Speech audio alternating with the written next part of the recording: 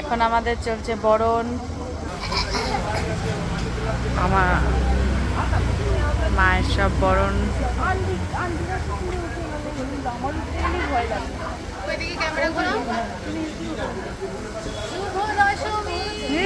সবাই ভালো থাকুক, সবাই ভালো রাখুক।